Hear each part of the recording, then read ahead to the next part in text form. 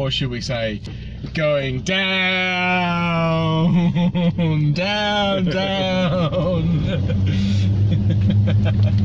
This is, so all I've done, I'm not touching anything. The car is just in low for first gear. I'm not doing nothing. I'm going to stall it. It's going to stall. You won't stall it, buddy. It won't stall. It doesn't even slip.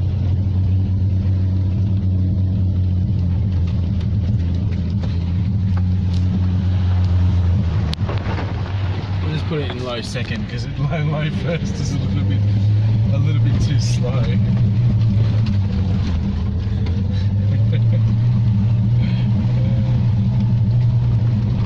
I think it's just right, actually. Low second's good. It's alright. Yeah, but you're sort of getting gets a little bit away from you. Those spoon drains slow you down. So I almost want to turn around and go back up that track just to do it again.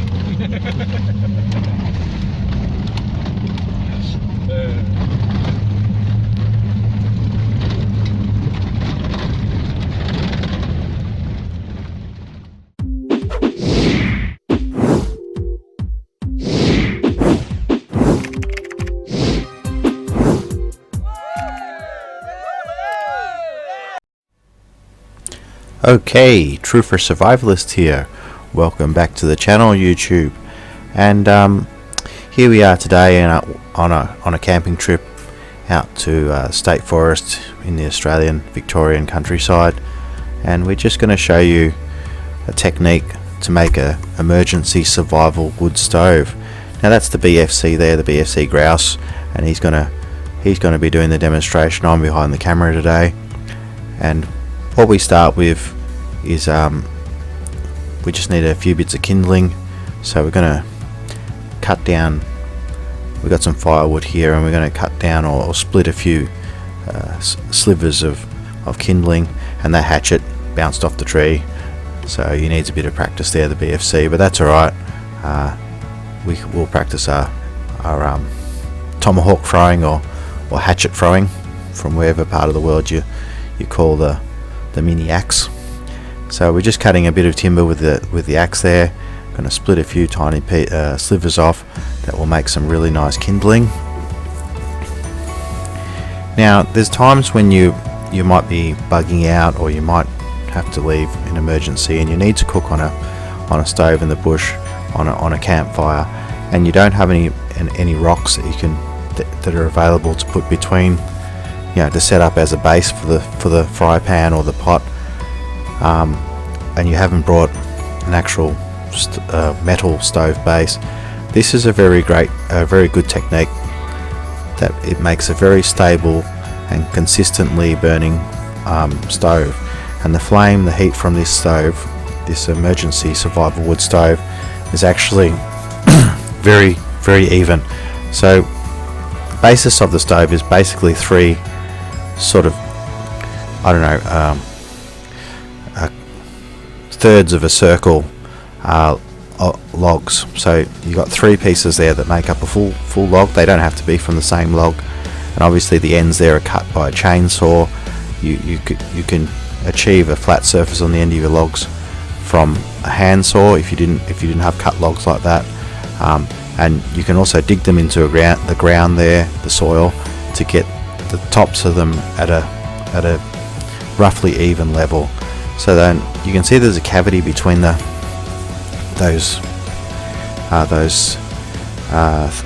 cut logs, and we're filling that with dried leaves, kindling, some just small light twigs, and we've also got those split bits of the log that we're going to use as kindling later on. So basically you just stuff a bit of light grass, leaves, twigs, kindling in there between the three logs and the cavity, and that will be enough to get that going.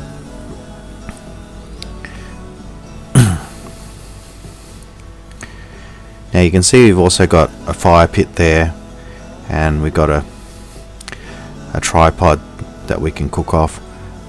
So this isn't this is just for demonstration purposes. There's a little bit of paper that will burn. It's just a little bit of rubbish, so we'll just burn that up. We like to clean up the campsite when we're out camping. A lot of people, they'll leave rubbish around the campsite. It's quite annoying, so we just do our bit to tidy up when we're around a campsite. So there you put your third piece back in, and you sort of angle them towards each other slightly, so they're all sort of leaning in, and they leave a gap between them. That's basically the setup that you want to achieve. Now we're going to light this with a fire lighter, because we could light it without a fire lighter, just straight off the kindling, but just for the purposes of this demo, we want it to really take off, and we don't want to waste too much time. So we're only going to use one fire lighter there, and it's not unreasonable to have fire lighters in your bug out kit, but obviously there's many videos on how to start a fire, and so we're not going to go into that in this video. So we'll just quickly tuck a fire lighter in there and get this going for you. Now, as you see, it will burn quite rapidly, and the flames will be quite high, but then it will burn down to a very even, consistent sort of heat.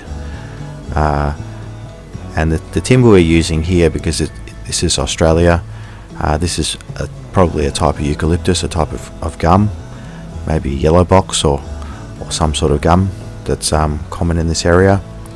And you can see that immediately takes off without much effort at all.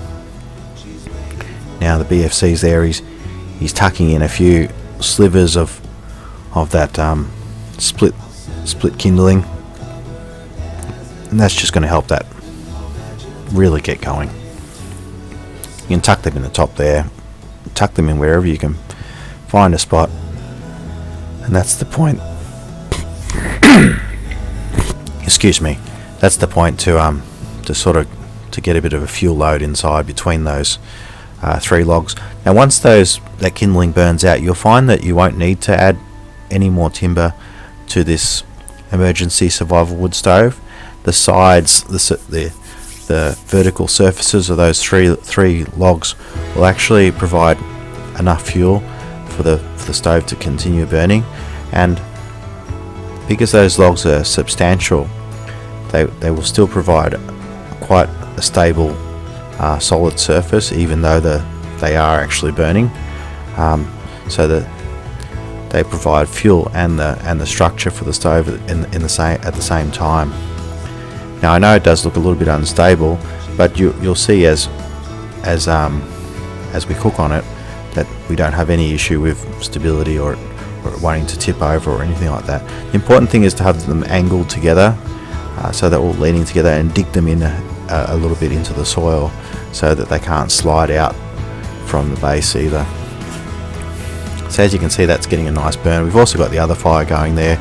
That's going to be out for a little bit of heat overnight, and we always like to have a good campfire wherever we can, regardless of whether it's summer or winter. We really enjoy our campfires. So that's really getting along, and this is where we are, the location. It's one of our favourite campsites. It's in the state forest, and it's down near a man-made reservoir. There's the GQ Nissan Patrol. That's our bug out vehicle, and we really recommend that type of vehicle, a very simple 4-wheel drive, an older school 4-wheel drive as your bug out vehicle, rather than something that's overly sophisticated. And that's a little gully that flows down into the little reservoir there, and that's the hillside. We really like this campsite. It's one of our favourites. Okay, so you can see that's getting quite a good flame off it, an even flame, not much smoke, and it will burn down even further and be, won't have flames coming out the side like that. It will be much more easy to approach it, but at this point you can start cooking on it, or heating water, or preparing to cook on it. So that's just a cast iron fry pan with a cast iron handle, so the handle can't burn, and you can see that. Just whack that on the top there, and it's very close to being level, so it will be quite comfortable to cook in. You won't have all the food going to one side or oil going to one side. You can see our main fire's really getting going too, and the lights dropping as we approach the evening.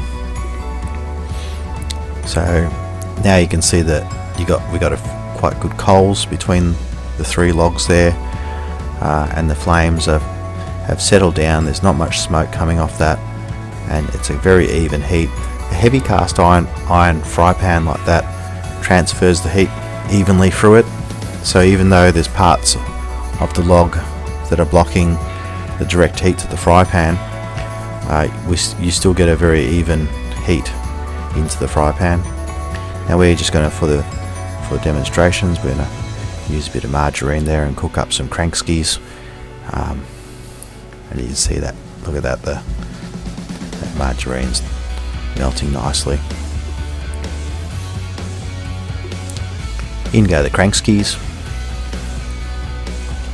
Now we probably had this fire going, this emergency survival wood stove, it's probably been now burning for maybe 15 to 20 minutes, and now we'll probably cook for possibly another 10 to 15 minutes. So that's, you know, getting up close to an hour there, and then we'll boil the kettle after we finish cooking these sausages. So these crankskis have now been cooking for probably about 15 minutes, and we're going to take them off. And as you can see, the stove there, the emergency survival wood stove, is really going well. Those are well cooked, and you can see that, look at that, we've got a good flame coming out the middle. The surfaces of those logs are still stable, and we're going to put a kettle on, and that's not a light kettle, it's a fairly heavy kettle, it's a bush kettle, and it's got cold water in it.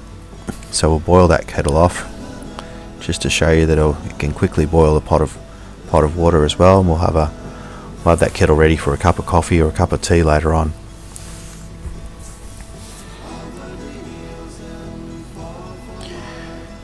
So